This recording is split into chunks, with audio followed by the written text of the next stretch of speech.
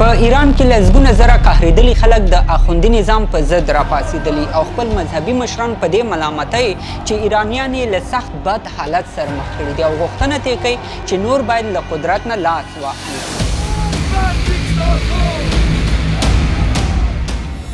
دا مظاهرې د تهران په بازار کې د څو دکاندارانو او تجارتي مرکزونو له بندېدو سره شروع شوې، ورپسې د مشهد او نورو ښارونو ته وغځېدلې او دا د اوس تقریبا د ایران اکثرو لویو ښارونو ته پراخې شوي دي.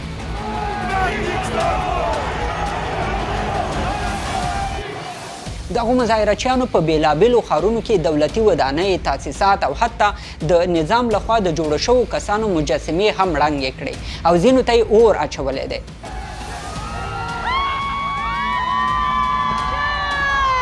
په مظاهرو کې ایرانیان په خپلو شعارونو کې اوسني نظام ته دیکتاتور نظام وایي، په اوسنیو حاکمانو د مرګ شعارونه ورکوي او په 1999 کال کې د ړنګ شوي شاهي نظام د بیرته د راژوندي کېدو غوښتنه هم کوي.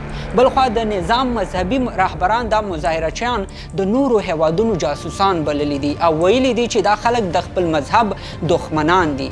خو تر ټولو مهمه دا ده چې د ایران امنیتي ځواکونو د دې مظاهرو له شروع کېدو نه تر اوسه پورې لسګونه ایراني مظاهرچیان وژلي دي، لسګونه نور یې ټپیان کړي دي او سلګونه کسان یې زندان ته هم اچولي دي. که څه هم ویل کېږي چې د خلکو زور د خدای زور دی او کله چې په دومره لوی تعداد کې خلک د یو نظام په ضد راپاسي بیا هغه نظام نه پاتې کېږي، خو پوښتنه دا ده چې آیا په ایران کې دا مظاهرچیان به د دې وسه ولري چې د ایران نظام هغسې راچپه کړي لکه څنګه چې په بنګلادیش او نیپال کې ځوانانو خپل نظامونه راچپه کړل؟ راځئ نن په دې ویډیو کې د همدې مظاهرو تر شا په پټو حقایقو باندې ځان پوه کړو چې په ایران کې دا مظاهرې ولې او د کومو دلایلو په اساس Overnight, protesters flooding the streets across Iran for the 14th night in a row. Protests in Iran that are now nearing 2 weeks. While the Iranian president has promised to listen to protesters, the streets across the Islamic Republic, Iran's Revolutionary Guard calls them terrorists. We're seeing footage there from the capital Tehran where some protesters chanted, "Long live the Shah." د تیرو لسو کلونو په موده کې هر کال ایرانیان د یو مشکل نه یو مشکل د وجې د خپل نظام په ضد راپاڅېدلي دي او هر ځل داسې اټکل شوی چې ایرانیان به ډیر زر خپل نظام راچپه کړی شي. مثلا په 2018 کال کې د دولتي پالیسیو له وجې خلک راپاڅېدل، په 2018 کال کې بیا د اوبو د بحران له امله خلک په عذاب شول، په 2019 کال کې د تیلو د قیمتونو د لوړېدو له وجې مظاهرې وشوې، په 2021 کال کې یو ځل بیا د اوبو، اقتصاد او ټولنیزو مسایلو په اړه خلکو اعتراضونه وکړل او په 2022 کال کې د مهسا امینی د وژلو او د ښځو د حقونو لپاره خلک راپاڅېدل او د نظام په خلاف شعارونه ورکړل. خو دا ځل د هغو ټولو مظاهرو نه په توپیر خلک په ډیره لوړه روحیه راوچت شوي دي او په دې تمه دي چې د بنګلادیش او نیپال په شان به دا ځل دوی هم په خپل هیواد کې د مذهبي رهبرانو دغه نظام رانسکور کړي او د مظاهرو ته ځکه په بدل نظر کتل کیږي چې دا ځل خلک د یوې خاصې مسلې له وجې نه دي راپورته شوي بلکې لسګونه بېلابېل مشکلات او مسایل د دې باعث شوي دي چې خلک غوسه شي او د نظام په ضد راپاڅېږي. خو دا مشکلات او مسایل څه دي او له کوم ځایه شروع شوي دي؟ د همدې لپاره راځئ اول ځان په دې پوه کړو چې اوسنۍ مظاهرې له کومه ځایه شروع شوې. اصلا دا مظاهرې په تهران کې له یو ډیر مهم بازار نه شروع شوې. دا کوم معمولی بازار نه دی بلکې د ایران اقتصاد او سیاست له همدې ځایه سرچینه اخلي. دې ته د تهران لوی بازار وایي چې 400 کاله پخوانی تاریخ لري او له هماغه اول وخته تر اوسه پورې د ایران نړیوال تجارت او اقتصاد په خپل کنټرول کې ساتلی دي. همدا بازار د ایران د سرو زرو، سپینو زرو، قیمتي وسایلو او د پیسو په ګډون د نورو شیانو د قیمتونو په ټیټوالي او جګوالو کې هم حیاتي رول لري. د تهران همدا لوی بازار په ټول ایران کې مذهبي مرکزونو ته فنډونه راجمع کوي. د ایران دولتي سیستم ته هم د سپانسر په توګه حیثیت لري. حتی په 1999 کال کې همدې بازار دې ته زمینه برابره کړې وه چې شاهي نظام رانسکور کړي او مذهبي مشرانو سره کومک وکړي چې اقتدار ته یې ورسوي. نو له دې ښکاري چې د تهران لوی بازار یوازې یو مارکیټ نه دی بلکې د ټول ایران د یو ځواک په توګه هم حسابیږي. نو د 2015 کال د دسمبر په 28مه نیټه د تهران په همدې لوی بازار کې یو خبر خپور شو چې د ایران پیسې د ډالر په مقابل کې تر ټولو ټیټ کچې ته راغورځېدلې دي. پوهېږئ په دې ورځ $1 تقریبا 1.5 میلیون ایراني تومن باندې بدلېده. له همدې سره هغو سوداګرو او دکاندارانو ته سخته ضربه ورسېدله چې له نورو ملکونو سره تجارت او راکړه ورکړه کوي. له دې سره جوخت په ټول تهران کې د خوراکي موادو، کالیو او نورو شیانو قیمتونه تر ټولو لوړې کچې ته ورسېدل. د همدې بازار په یو برخه کې د ځینو سوداګرو او دکاندارانو نوره حوصله ورسره ختمیږي او سمدستي خپل دکانونه بندوي او احتجاج شروع کوي. له دې احتجاج نه چې د مارکیټ نور دکانداران او تجاران خبرېږي، هغوی هم خپل تجارتي مرکزونه تړي او سړک ته راوځي.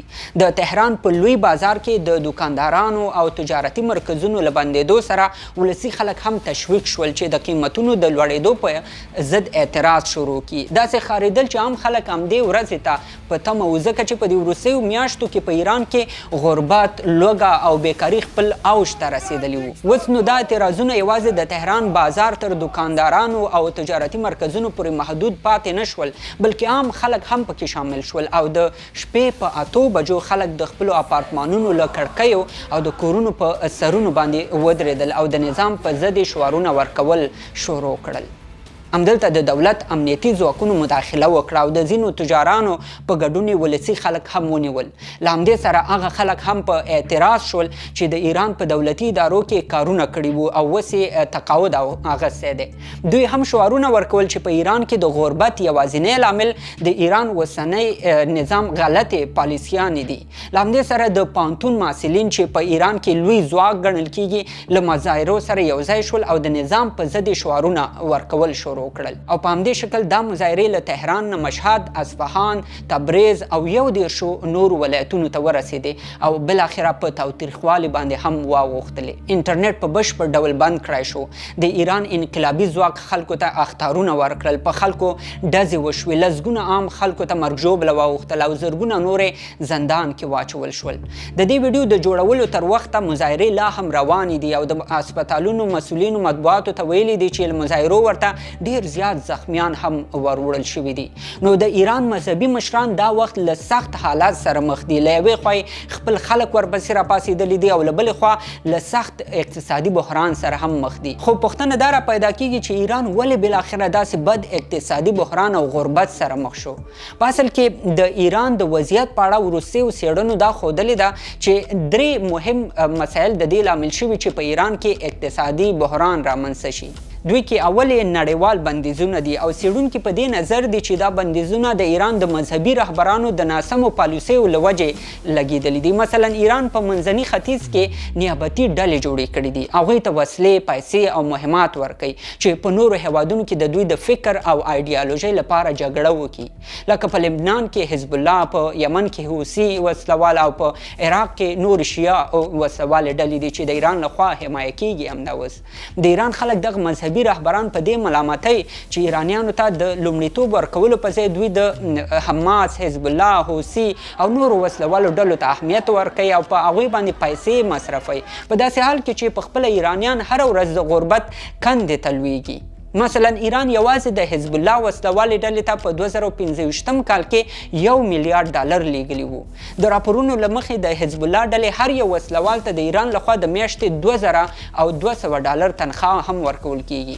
له دې سره جوخت په ایران باندې په دې خاطر هم بندیزونه لګېدلي دي چې پټ په پټه یورانیم غني کړي او غواړي چې په لوړه کچه باندې اټومي وسلې جوړې کړي. همدارنګه له اسرائیل او امریکا سره د وروستۍ جګړې نه راپدې خوا په ایران کې خلک د سرمایه گذارۍ او تجارت له شروع کولو او دوام ورکولو نه ویره لري او دې مسلې هم د ایران په اقتصاد باندې منفي اثرات پرېښي دي. لکه په 2015 کال کې لسګونو نړیوالو او داخلي کمپنیو په ایران کې خپل فعالیتونه بند کړل او خپلې پیسې بهر ته انتقال کړې او د دې وجه دا ښودل کیږي چې د ایران راتلونکی هیڅ نه دی معلوم چې په راتلونکي کې به ورسره څه کیږي. په عین حال کې ایران د دنیا یو له هغو ملکونو ګڼل کیږي چې ډیر غاز تولیدوي او دلته ټول غاز د نظام په کنټرول کې دی. خو د ایرانیانو په وینا چې دا غاز له ایران نه پټ په پټه قاچاق کیږي او د ایران ولس ته یې هیڅ ډول خیر او ګټه نه رسیږي. حتی په تیر 2015 کال کې د غازو او د تیلو له درکه راغلي پیسې چې تقریبا 8 میلیارډ ډالر کېدل مرکزی بانک ته نه دي جمع شوي. په همدې خاطر خلک په اوسني نظام باندې شکمن شوي دي او فکر کوي چې حاکمان په فساد باندې ککړ دي. د نړیوال بانک د راپور له مخې په ایران کې د تیرو 10 کلونو په موده کې غربت او لوږه خپل نهایت ټیټې درجې ته رسیدلي دي. حتی په همدې تیر 2015 کال کې سروېګانو وښودله چې په ایران کې اکثره خلک حتی د غوړیو او غوښې د اخیستلو پیسې هم نه لري. نو له دې ټولو معلوماتو داسې ښکاري چې د ایران د مذهبي مشرانو د ناسمو پالیسیو له وجې په ایران باندې نړیوال بندیزونه لګېدلي دي او دې بندیزونو یوازې د ایران ولسي خلک له بد حالت سره مخ کړي دي او اوس همدا ولسي خلک دې حالت ته رسیدلي دي چې نور د نظام موجودیت برداشت نه کړی شي او په ضد نور راپاسېږي. خو آیا دا مظاهرې به د ایران اوسنی نظام راچپه کړی شي؟ اصلا په ایران کې د نن ځینې څېړونکي په دې نظر دي چې د ایران دولتي سیستم په داسې شکل جوړ شوی دی چې چپه کېدل شاید ډیر وخت ونیسي او دا ځکه چې د ایران ټول امنیتي او دفاعي ځواکونه د نظام مذهبي رهبرانو ته ډیر وفادار ښکاري او تر څو چې دغه ځواکونه د مذهبي مشرانو په ځای د خپلو عامو خلکو په څنګ کې نه درېدلي تر هغو د ایران نظام چپه کېدل یو څه ناممکن دي. کټ مټ لکه په 1999 کال کې چې د شاهي نظام وسوال ځواکونه د همدې ډول مظاهرو په جریان کې له خلکو سره ودرېدل او په نتیجه کې شاهي نظام چپه شو او په ځای اوسني مذهبي مشران واک ته ورسېدل. په ایران کې د نظام مخالفین او دا لاریونوال په دې نظر دي که چېرته په 1999 کال کې اوسنیو مذهبي رهبرانو واک نه وی ترلاسه کړی او پخواني شاهي نظام دوام کړی وی نو اوس به ایران هم د جاپان او چین په شان په نړۍ کې یو له پرمختللو هیوادونو څخه شمیرل کېده. نو درنو ملګرو که تاسو د ایران د اټومي وسلو د ایران اوسني نظام د جوړښت او د افغانستان سره د اړیکو په اړه زموږ نورې ویډیوګانې نه لیدلي په لاندې ډسکرپشن کې لینکونه پراته دي یا تاسو کولی شئ زموږ د یوټیوب په چینل کې ټولې ویډیوګانې په دې اړه وګورئ. دا و زموږ د نن خپرونه هیله ده چې د ویډیو به هم تاسو ته د ایران په اړه یو څه معلومات درکړي اوسي. تر بلې خپرونې د الله په امان.